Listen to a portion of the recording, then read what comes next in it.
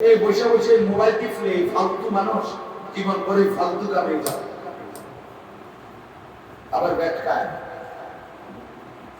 মানে এই কিছু মানুষের কাজে, তার কাজই হলো শুধু মোবাইলটা টিপে এরা একবার বড় করে ছোট করে কাছে নেয়, কাজ করে সিট করে, জিন্দেগিতেই মোবাইল। জীবনে আর কোনো স্বপ্ন, ইচ্ছা, আকাঙ্ক্ষা, স্বপ্ন কিছুই নাই। এই এক ফালতু জিনিস পাইছে, এটা নিয়ে ব্যস্ত। শুধু মানে শয়তান মাথা ঢুকাইছে যেটা পাইবা এটা শুধু মোবাইলে আগে ঢুকাই।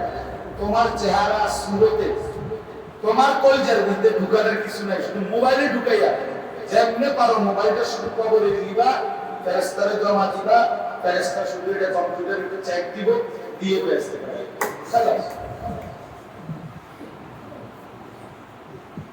সিস্টেমে হয়তো এখনকার থেকে ব্যস্ত সিস্টেমের মধ্যেই যে মোবাইলের ভিত্তিতে ব্যস্ত। মোবাইলে সব কিছু থাকতে হবে, মোবাইলে জড়িত হবে। আল্লাহর কথা বলার সব ধরনের কাজে লাগে। আমি এই একজন মহিলার আপনার গেছি, উনি হজে যাবে, আমার পরিচিত উনি আমার সাথে আগে উমরা করছেন, সেই সূত্রে গেছে। এই জন্য বললাম আল্লাহর কথা বলার সব সুযোগ কাজে লাগে। এটা হলো প্রথম। আপনারা যারা ওলামায়ে কেরাম আছেন, আপনাদের কাছে যে কোনো সুযোগ যেমনি যদি চলতে ফিরতে বসতে, সিএনজির জন্য দাঁড়ায় আছে, সিএনজিতে সফর করছে, গাড়িতে ঘোড়াতে চলতে ফিরতে, মানুষকে আল্লাহর দিকে ডাকার একটা মেজাজ নিজের মধ্যে থাকে। এটা যেন একটা আমার ফিকির, এটা যেন আমার একটা পরিচয়। হাদিসের মধ্যে আছে রাসূলুল্লাহ সাল্লাল্লাহু আলাইহি ওয়াসাল্লাম ইরশাদ করেছেন, সাহাবায়ে কেরাম বলেছেন, আমাদের নবী সাল্লাল্লাহু আলাইহি ওয়াসাল্লামকে দেখতে কেমন মনে হতো, নিজের চেহারার দিকে তাকাইলে কেমন। তো রাসূলুল্লাহ সাল্লাল্লাহু আলাইহি ওয়াসাল্লামের সাহাবীরা বলেছেন, কানা রাসূলুল্লাহ সাল্লাল্লাহু আলাইহি ওয়াসাল্লাম মুতাওয়াসিলাল আহসান দাইমান ফিকর। এই দুইটা ছিল নবীজির চেহারার বৈশিষ্ট্য। নবী সাল্লাল্লাহু আলাইহি ওয়াসাল্লামের চেহারা মুবারকের দিকে তাকালেই মনে হতো যে তিনি ধারাবাহিক চিন্তা করছেন, দাইমান ফিকর, সারাক্ষণ চিন্তিত, সারাক্ষণ ফিকির করছে, কোনো না কোনো ফিকিরে আছে, কোনো না কোনো ফিকিরে আছে। এইটা হলো দাঈ ইলাল্লাহ, তার বৈশিষ্ট্য। এটা মনে রাখবেন। একজন হোক দুজন, আল্লাহর কথা বলার চেষ্টা, হতাশ না, বলতেই থাকে, ছেলেদেরকে বলতেই হবে, পাঁচ বয়সীদেরকে বলতেই হবে, ছেলে মেয়েকে বলতেই হবে, স্ত্রী সন্তানকে বলতেই হবে, মাদ্রাসার তালিবে ইলমকে বলতেই হবে।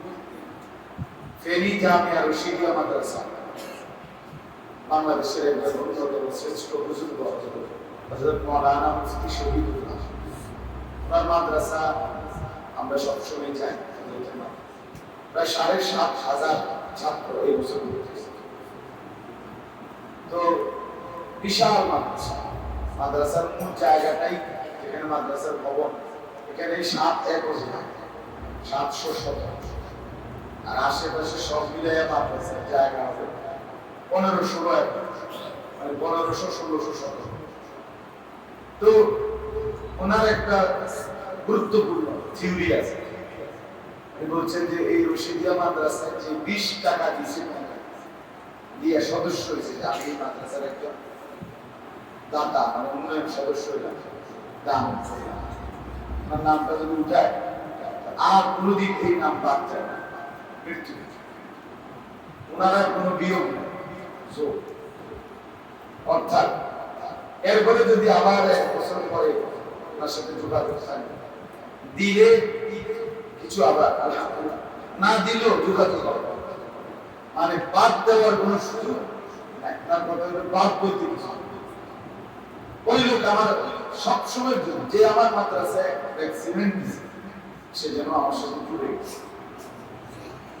এই একটা ফিকির সবার না বিশাল আলাদা অফিস বানাইছে শুধু এই দাতা উন্নয়ন সদস্যদের সার্বিক কার্যক্রম ওদের হিসাবপত্র কম্পিউটারাইজ সংরক্ষণ করার জন্য আলাদা প্রকল্প আলাদা লোক, অর্থাৎ বেশি থেকে বেশি হযরতের কথা মুসলমানকে আল্লাহর বান্দাদেরকে উম্মতকে আল্লাহর সাথে জুড়ে দেওয়া, মাদ্রাসার সাথে জুড়ে দেওয়া, হোক 10 টাকার সমস্যা 20 টাকা দিয়েই সম্ভব।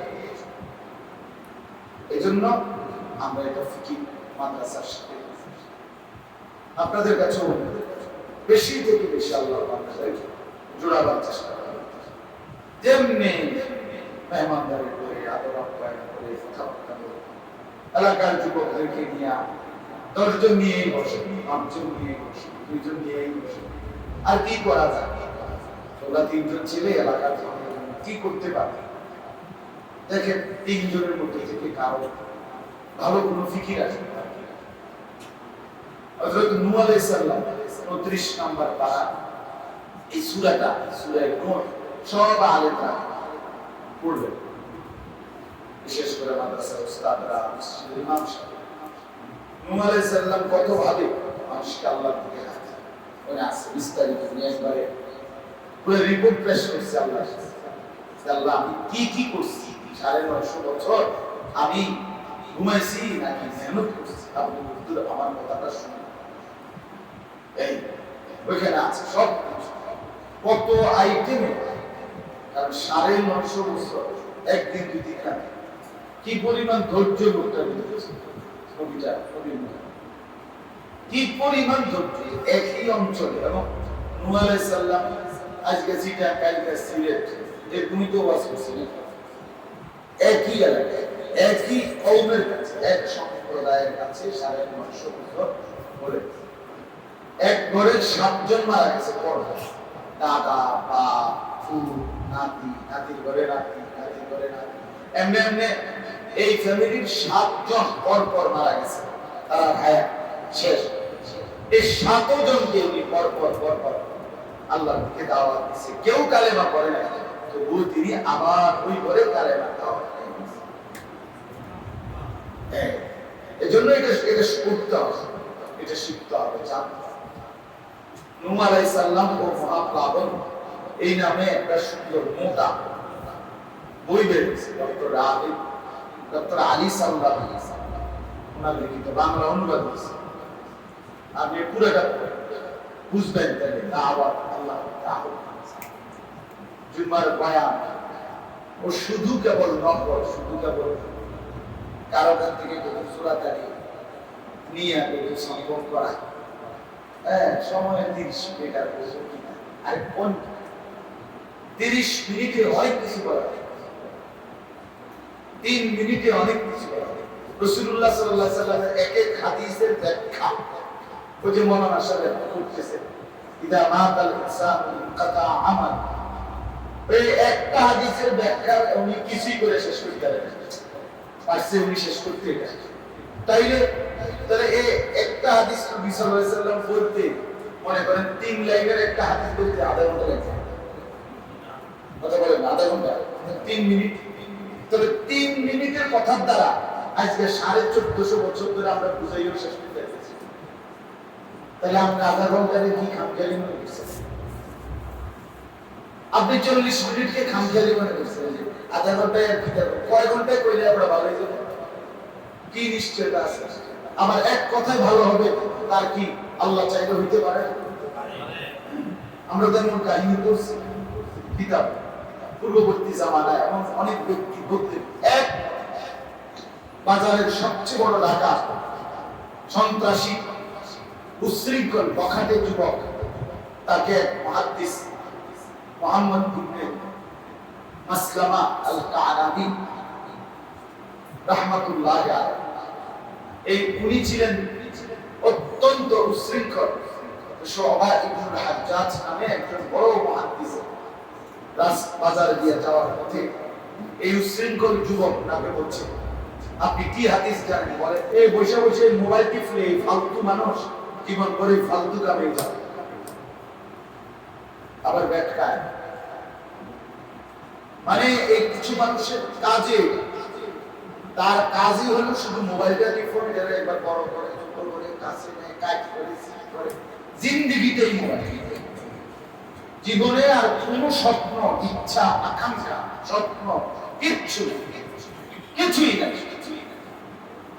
এই এক ফালতু জিনিস পাইছে, এটা নিয়েই ব্যস্ত। এটাই শুধু মানে শয়তান মাথা ঢুকাইছে, যেটা পাইবা এটা শুধু মোবাইলে আগে ঢুকাই। তোমার চেহারা সুরতে, তোমার কলজার মধ্যে ঢুকানোর কিছু নাই, শুধু মোবাইলে ঢুকাইয়া যেমনে পারো মোবাইলটা শুধু কবরে দিবা, ফেরেশতারে জমা দিবা, ফেরেশতা শুধু এটা কম্পিউটারে একটু চেক দিব, দিয়ে বেসতে পারে।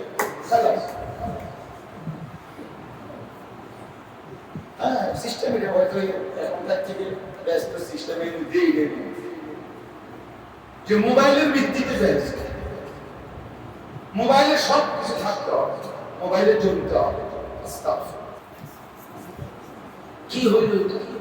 পাঞ্জাবিওয়ালা পাঞ্জাবি ছাড়া, টুপিওয়ালা টুপি ছাড়া, সবার মরণ ব্যাধি, নিজেকে নিজের হাতে শেষ করে রাখে।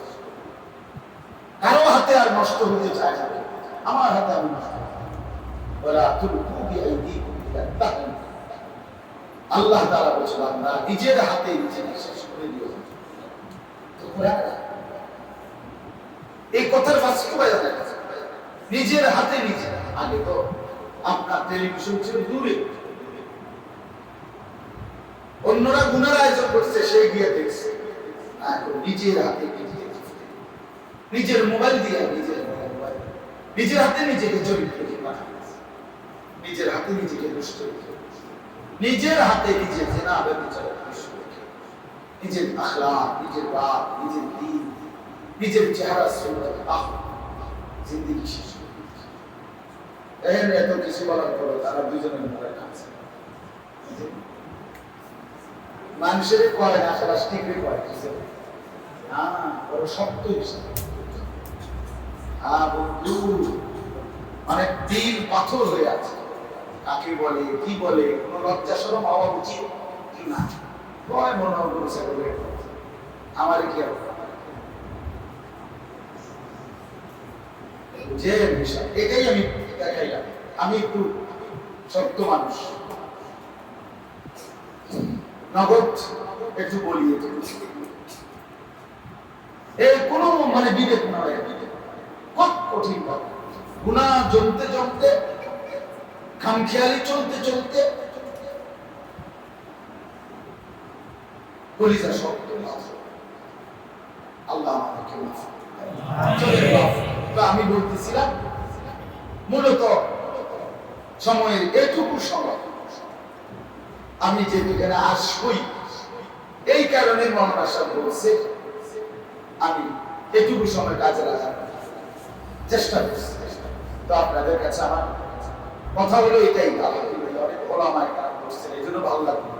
আপনাদেরকে বলবো সময়টা কাজে লাগাবেন প্রতি মুহূর্তে। আপনি ঠিকই বক্তা হইতে হবে, তাই প্রখ্যাত ওয়াইজ হওয়া যাবে, আপনি জনপ্রিয়তা অথবা মানুষের কাছে গ্রহণযোগ্যতা, কোনটাই আমারও না আপনারও কারো বৈশিষ্ট্য। আল্লাহ ইচ্ছা কেউ একজনের কাছে বলবে, কেউ 1000 জনের কাছে। আরেকজন বক্তা আসলে বাংলাদেশে এখানে এখন মনে করেন আরেকটু জনপ্রিয় তো তাই 10,000 মানুষ হইতো না। ঠিক আছে, সবই ঠিক আছে, আল্লাহর ইচ্ছা। কেউ 10 জনের সামনে বলবে, কেউ 100 জনের সামনে বলবে, এটা নিয়ে কোনো টেনশনের কিছু। আমি বলছি কিনা, আমার বলার সুযোগ হলো কিনা, এটা হলো দেখা। এই জন্য আমরা উম্মতে মুহাম্মাদী, আখিরি নবী মুহাম্মদ, আমরা আমাদের প্রত্যেকের পরিচয় যে আমরা আল্লাহর পথে আহ্বান। এটা আমাদের সবার সিফাত। উখরিজাত লিন-নাস, আমাদের নবী কাফাতাল লিন-নাস, সারা বিশ্ব মানবতা। আমাদের কোরআন হুদাল লিন-নাস, সারা বিশ্বের জন্য। আমাদের কাবা হুদিয়া লিন-নাস, সারা বিশ্বের জন্য। আমাদের ইব্রাহিম ইন্নী জাইলুকা লিন-নাস, সারা পৃথিবীর জন্য। আমিও আপনিও উম্মতে মুহাম্মাদিও উখরিজাত লিন-নাস, সারা বিশ্বের জন্য। কোরআন যেমন বিশ্বব্যাপী, আমার জিন্দেগিও বিশ্বব্যাপী। ফিকির তো মূলত সারা পৃথিবীর না, সেখানে নিজের ছেলেকেও বলবেন না, যার জিম্মাদারি ছিল সারা পৃথিবী ঘুরে ঘুরে আল্লাহর দ্বীন প্রচার করবে, সে কমপক্ষে নিজের বউকে বলবে না? বলেন চাচা, নাতি নাতনিকে বলবে না? সে তার মহল্লার মানুষগুলোকে বলবে না? হায় হায়, দায়িত্ব যার ছিল এত বড়, সেখানে সে কিছু দায়িত্ব আদায় না করে কেমনে রাত কাটায়, কেমনে দিন? আল্লাহ তৌফিক দান। এজন্য সবাই ইনশাআল্লাহ, কে জেনারেল কে হুজুর, এটা বড় বিষয়। আল্লাহর দিকে ডাকা আমাদের দায়িত্ব, দাওয়াতের দিকে। আলহামদুলিল্লাহ ফিকির নিয়ে সারা পৃথিবী ময় কাজ, সারা মানুষকে আল্লাহর দিকে ফেরাবার চেষ্টা। যদি কেউ আমল করে তো সেই আমলের সওয়াব আহ্বানকারী পুরাপুরি 100% পেয়েছে। বরাবর লা ইয়ানকুসু যালিকা মিন উজুরিহিম শাইআ। আল্লাহ তাআলা বলেন উভয়ের নেকিতে কোনো কমানো হবে না। যে ডাকলো কাউকে আল্লাহর দিকে আর যে সেই ডাকে সাড়া দিয়ে আমল করবে, দুইজনের নেকি কি বরাবর। মিথ্যু মিথ্যু মিথ্যু মানে সমান সমান। আল্লাহ আমাদেরকে আল্লাহর দিকে ডাকবার জন্য এক মেজাজ, এক ফিকির, এক অনুভূতি দান করেন। আমিন। কোরআনুল কারীমের সূরা হজ, এই সূরা 17 নম্বর পারা 22 নম্বর সূরা, এই সূরার 34 নম্বর আয়াত আমি তেলাওয়াত করেছি। একটা আয়াত আল্লাহ তাআলা বলেন ওয়ালিকুল্লি উম্মাতিন জাআলনা মানসাকান। আমি আল্লাহ প্রত্যেক উম্মতের জন্য, একেবারে আদম থেকে সর্বযুগের সকল মানুষের জন্য, সকল জনগোষ্ঠীর জন্য আমি আল্লাহ নির্ধারণ করেছি, জাআলনা বানিয়েছি, নির্ধারণ করেছি মানসাকান। মানসাক এটা আরবি শব্দ, কোরআনের শব্দ। প্রত্যেক জাতির জন্য সর্বযুগে সর্বকালে আমি আল্লাহ মানসাক নির্ধারণ করেছি। এখন প্রশ্ন হলো মানসাক মানে কি? কি নির্ধারণ করেছি? এই মানসাক শব্দের 3 অর্থ। এইটাই আজকে বলতে চাই, একটু সময়ে এই কথাটাই বলছি। বাকি আয়াতের বাকি অংশ আর তরজমা করার সুযোগ নাই, এর দূরে কথা, এর দূর বুঝাইতে পারলে আলহামদুলিল্লাহ। তো আল্লাহ তাআলা বলেন সর্বযুগে সর্বকালে সকল উম্মতের জন্য, জনগোষ্ঠী মানুষের জন্য সব যুগে আমি আল্লাহ মানসাক নির্ধারণ করেছি। আর মানসাক মানে 3 জিনিস। 1 নাম্বার কুরবানি। তাহলে অর্থ হইল আল্লাহ তাআলা বলেন সর্বযুগে মানুষের জন্য আমি আল্লাহ তাআলা কুরবানির বিধান নির্ধারণ করেছি। এর একটা অর্থ। 2 মানসাক শব্দের অর্থ হলো হজ। তাইলে অর্থ হইল সর্বযুগেই আমি আল্লাহ তাআলা মানুষের জন্য হজ্জের বিধান নির্ধারণ করেছি। 3 মানসাক শব্দের অর্থ ইবাদত। কি বলে? ইবাদত। সর্বযুগেই আমি আল্লাহ মানুষের জন্য ইবাদত নির্ধারণ করেছি। ইবাদত বিহীন কোন যুগের মানুষ ছিল মানুষ, অথচ ইবাদত করবে না, আল্লাহর গোলামি করবে না, এটা হইতেই পারে। ইবাদত বিহীন মানুষের কোনো পরিচয় হয় না, সে মানুষই না। এই জন্য আমি সব সময় বলি, প্রতিদিন এই কথাটা বলি যে যার কপালে সেজদা নাই সে কোনো মানুষ, সে কি না মানুষ। এই তোমরা যারা ছেলেরা, নওজোয়ান ছেলেরা, তোমরা যারা নামাজ পড়ো না, যাদের কপালে সেজদা নাই, তুমি কোনো মানুষ। তুমি হলে হয়তো আমি টিকা, তুমি হইলে ডোমেস্টিক এনিম্যাল, গৃহপালিত প্রাণী। এই বাড়িতে ছাগল পালে, গরু পালে, আর তোমার মতো অপদার্থও পালে। ওই ছাগল আর গরুকে খল্লি ভুসি ঘাস খাওয়ায়, আর তোমার মতো ছাগলের কতগুলো ভাত খাওয়ায়। ওইটাও পেশাব পায়খানা করে, তুমিও পেশাব পায়খানা করো। ওইটাও ঘুম যায়, তুমিও ঘুম যায়। ওইটাও যৌন চাহিদা পূরণ করে, কারণ গরু ছাগলের তো বাচ্চা কাচ্চা হয় না? তাহলে ওইটারও যৌন চাহিদা আছে, তো তোমারও যৌন চাহিদা আছে, খালাস।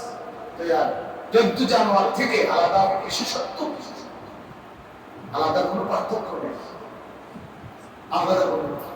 এখন এইটা শুনে যদি কেউ মনে করে হাসে যে আমার ছাগল বেঁচে কি সুন্দর না শাল, তো এটা ঠিকই আছে, তুমি যেহেতু খুশি হতে পারছো যে মাশাআল্লাহ ঘুরাইনে না আমি বলে কি দিতে পারছি, ছাগল বলছে আমার গরু ছাগল বলছে ডোমেস্টিক এনিমেল বলছে, তো ভালো ঠিক আছে। এটা শুনে যদি ভালো লাগে কারো, তাহলে কি করা আছে? কারো কাছে যদি এরকম হয় যে পায়খানা এই গন্ধ তার নাকে না লাগে, তখন আমার কি করা আছে? তার নাক তো বন্ধ হয়ে যাবে।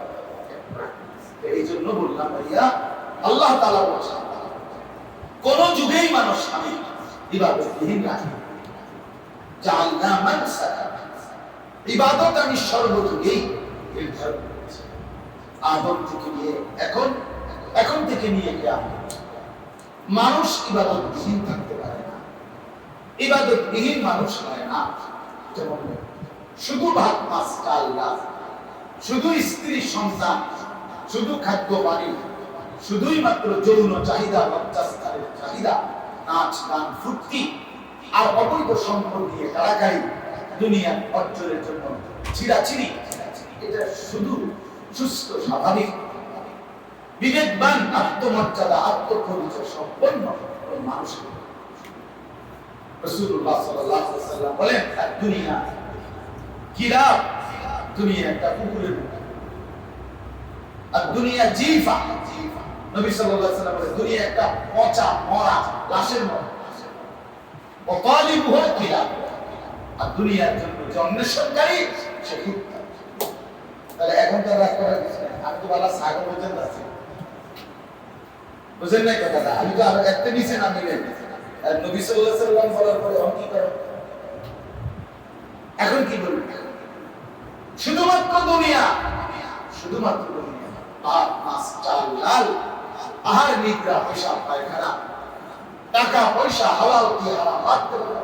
সুদের 10 টাকা যেই কালার, হালালের 10 টাকাও তো একই কালার, তার অসুবিধা কি? আর কোনো রং পাল্টে না, কথা বলেন।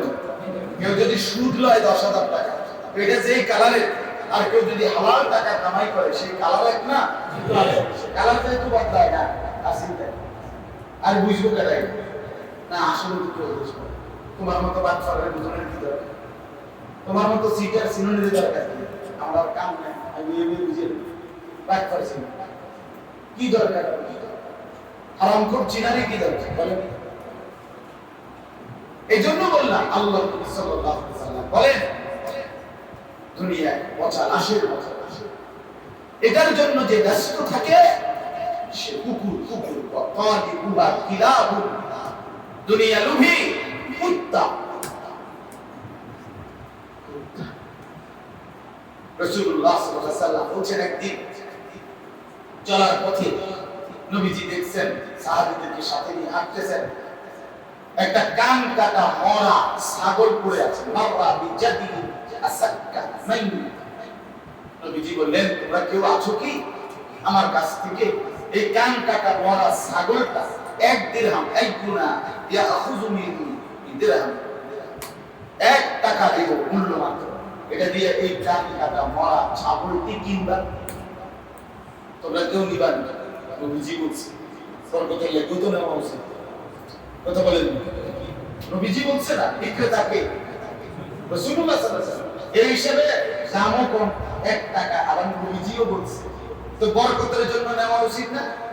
রাসূলুল্লাহ সাল্লাল্লাহু আলাইহি ওয়াসাল্লামের সাহাবীরা এত আশিক হওয়ার পরেও সাহাবীরা লা না হাদা বিদরহাম, কিতাব আমরা একবারে এত ব্যাগ করে দিয়েছি, যে মরা কান কাটা পচা, এইটা আমরা কেন নেব?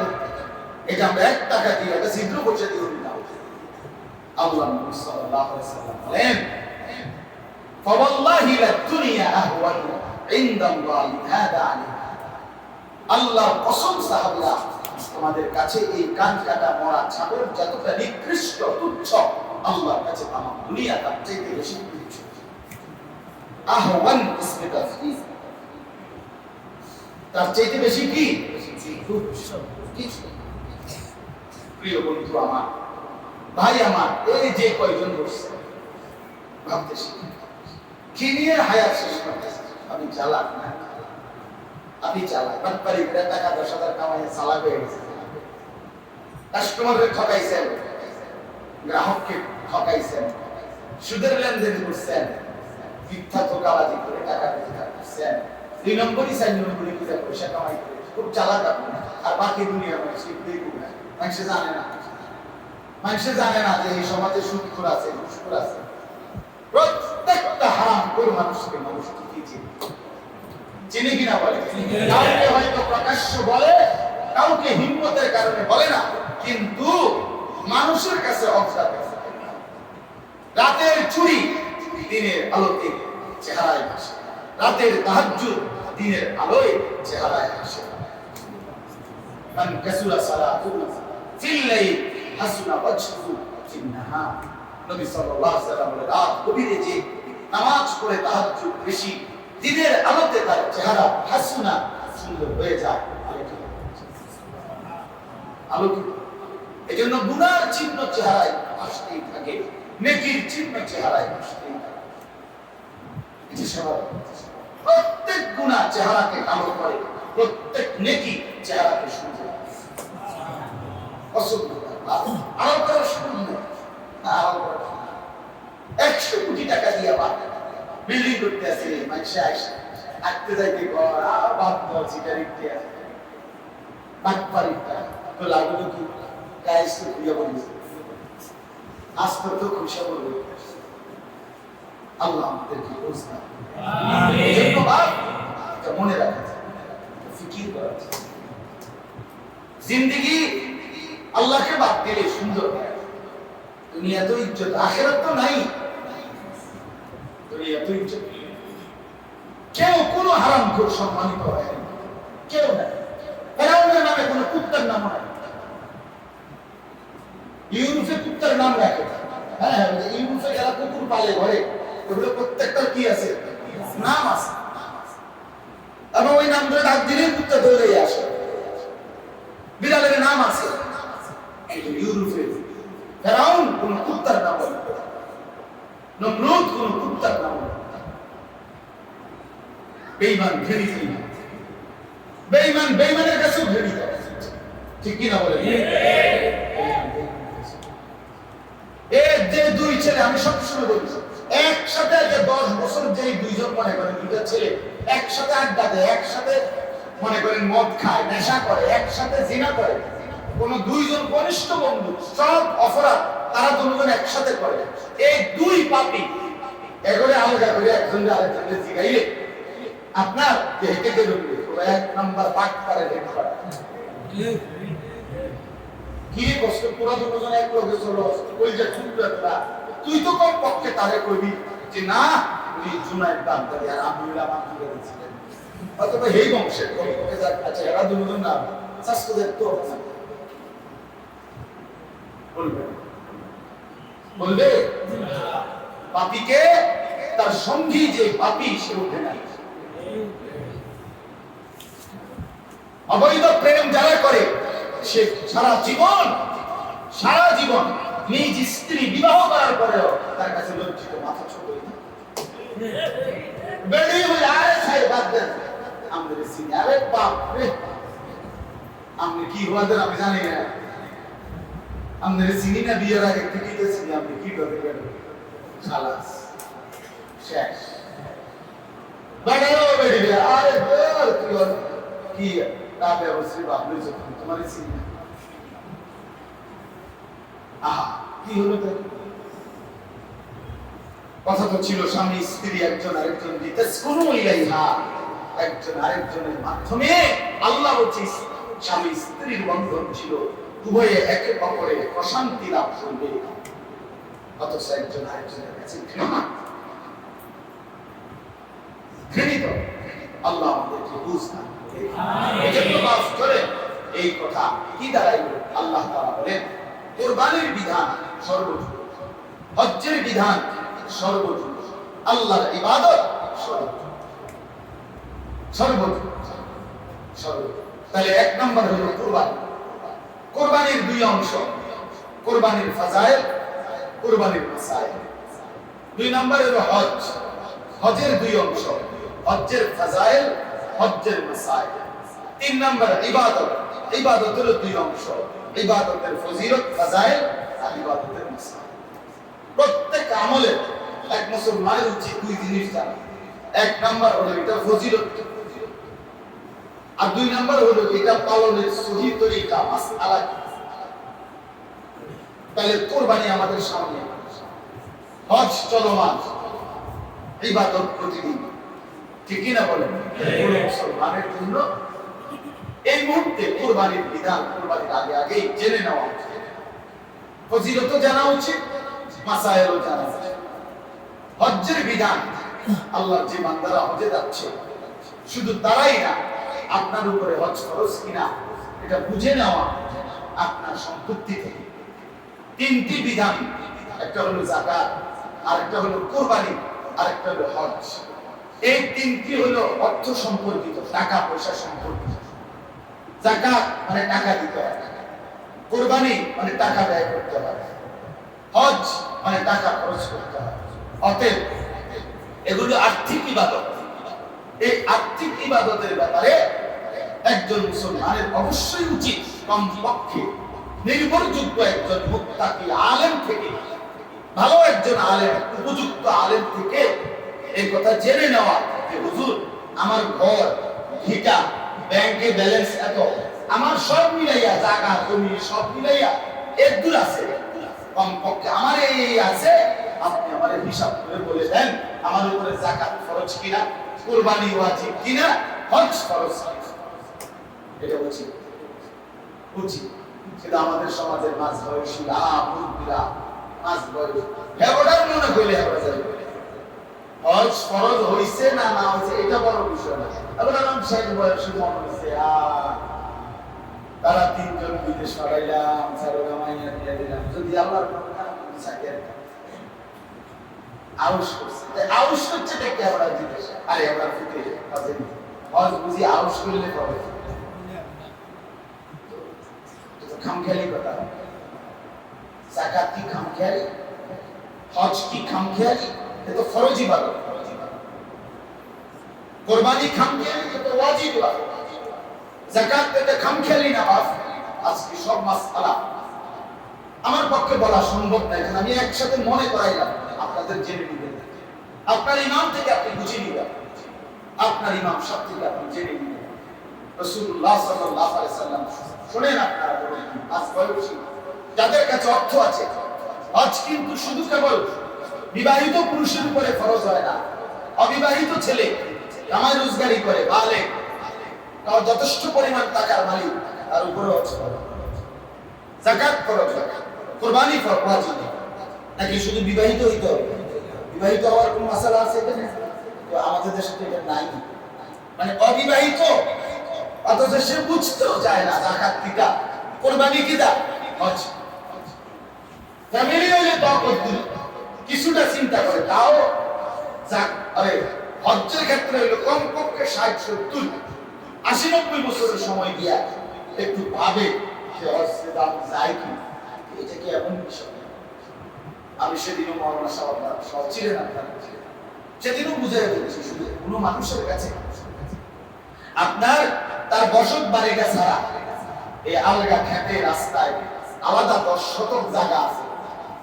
মনে করেন এই 10 শতক জায়গা যদি 3 শতক বা 4 শতক জায়গা বিক্রি করে, তাহলে এই 1.5-2 মাস হজে যাইতে যাইতে যে সময়টা লাগে, এই সময়টা তার বউ বাচ্চা সংসারের যে খরচ আর ওই হজের টাকাটা, যদি ওই 10 শতক জায়গার কিছু অংশ বিক্রি করলে ব্যবস্থা করা যায়, আর বাকি জমিটা তো আছেই, আর এই লোকটার কিছুই নাই। মনে করেন আমি আনিসুর রহমান, আমার ফ্যামিলির সদস্য হইল আমি সহ মোট 6 জন, আমি, আমার স্ত্রী আর আমার ছেলে মেয়ে আছে 4 জন, তাহলে আমরা 6 জন হলাম না? এই 6 জন আমি গেলে আর হলো 5 জন, 5 জনের 2 মাসে বাজার খরচ, মনে করেন ওষুধপত্র, ওই কাগজ, গ্যাস বিল, বিদ্যুৎ বিল, পানির বিল, হ্যাঁ বাজার সদাই, তরে রেখে 2 মাস যদি রাজার হালেও খায়, তো 2 লাখ টাকা, ঠিকই না বলেন না? আর যে 2 লাখ আর হজের টাকা 7 লাখ, তো এই 9 লাখ। ওই আমার আর কিছু নাই, আমার ব্যাংকেও টাকা নাই, আমার ফুতু বিদেশ নাই, আমার আর কোনোখানে কোনো টাকা নাই, শুধু আছে আমার এই আলগা মানে বাড়িটা ছাড়া, বিঘার উপরে না, বাড়ি ছাড়া আমার 10 শতক জায়গা আছে। এই 10 শতক জায়গার মধ্যে 3 শতক যদি বেশি, 3 3টা 9 লাখ, কথার কথা। তাহলে এই 9 লাখ আর রয়েছে তো দুজন, আরো 7 শতক রয়েছে না, তো 3 শতক 4 শতক বেচা যদি এই 9 লাখ টাকার ব্যবস্থা হইল, কেমন? আরো তো জমি আছে, হজের থেকে আইসা ওই বাকিটুকু জমি দিয়ে এই সংসার চালাইতে পারে।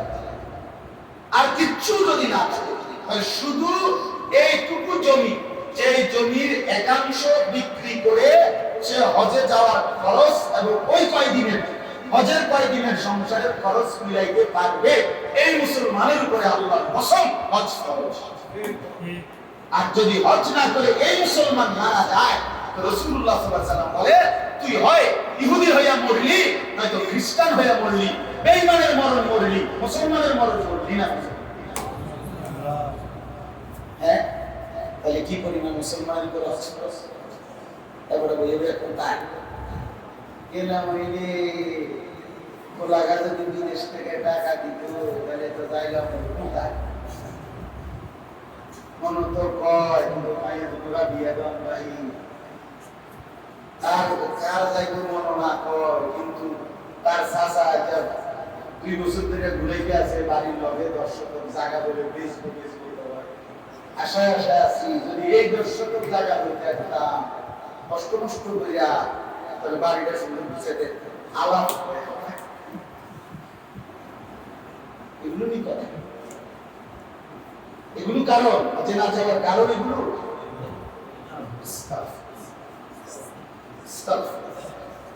আল্লাহ নবী সাল্লাল্লাহু আলাইহি ওয়াসাল্লাম বলেন, তুই ইহুদি হয়ে মর, নয়তো খ্রিস্টান। ইনশা আইয়াহুদিয়ান ওয়া ইনশা আনাসরানি, যা ফালিয়ামু মারকি পিছে দেখো যাও মক্কা আইবতে। তাই এত বড় দুঃখজনক কথা স্মরণে কোন মুসলমানের কাছে কোরবানির ঈদের দিন 10ই জিলহজ অথবা তার পরের দিন, এই 3 দিনের ভিতরে, আগে না, এই 3 দিনের ভিতরে যদি 52.5 ভরি রূপার দাম আপনার 13,500 অথবা 15,000 আপনার, আরে সরি, এখন 1350 অথবা 1450 অথবা সর্বোচ্চ 1750 নয়, মানে 1 ভরি রূপার দাম, 52.5 ভরি রূপার দাম হলো 1350 টাকা, হলে 71,000 টাকা। এই 70-80,000 টাকা যার কাছে নিজ সংসারের প্রয়োজন অতিরিক্ত আছে জমা, এই ব্যক্তির উপরে কুরবানি ওয়াজিব। এবং সেটা 1 বছর থাকতে হবে না, শুধু ঈদের 3 দিন থাকতে। আমি তাদের টাকা পাইতাম 80,000, আমি দেয় না এবার দেয় না, আমার ধরো টাকা নাই, কিন্তু কোরবানির ঈদের দিন ঈদের মাঠে নামাজের পরে এবার আমরা বহুত দিন ঘুরাইছি, আজকে টাকাটা মিল করে রাখছিলাম, কোলাকা কালকে গতকালকের আগের দিন বিদেশ থেকে আইসে টাকা দিছে, আমরা 80,000 টাকা ধরে কোন দিন দিল? এটা ঈদের দিন দিল। তো আজকে এই টাকাটা আমার সংসার প্রয়োজনের অতিরিক্ত, এটা আমি রেখে দিব, এটা কোনো না হইলেও আমার কি চলবো, বাজার চলবো, কারণ আমার খরচাপাতি তো কিনা লাগছে, কথা বলছি। তাহলে এই 80,000 টাকা আজকের এই 3 দিনের ভিতরে নতুন করেও যদি কেউ পায়, এটার মালিক হওয়ার পরে তার নিত্য প্রয়োজনের অতিরিক্ত হওয়ার কারণে এই টাকাটার কারণে কোরবানি হচ্ছে। হজ না কোরবানি, কথা বুঝছেন কিনা? তাহলে কি পরিমাণ মুসলমানের উপরে কোরবানি ওয়াজিব হয়? খেতে বা বিদেশ থেকে 30,000 পাঠাইছে, আপনার নামে রাইট কোরবানি দিছে, আমরা দাব্বা আপনার নামে দিয়ে বুঝতে তো খাওয়ান, আপনি সব করে বাদ করে দিয়ে বুঝছেন না? এবার তেলফুতের ঘরে কি করে দিছে, বুঝতে বাদ করে দিছে, কোরবানি দিছে বাপের নামে। তো এই ছেলের উপরে, ছেলের কাছে যে টাকা আছে,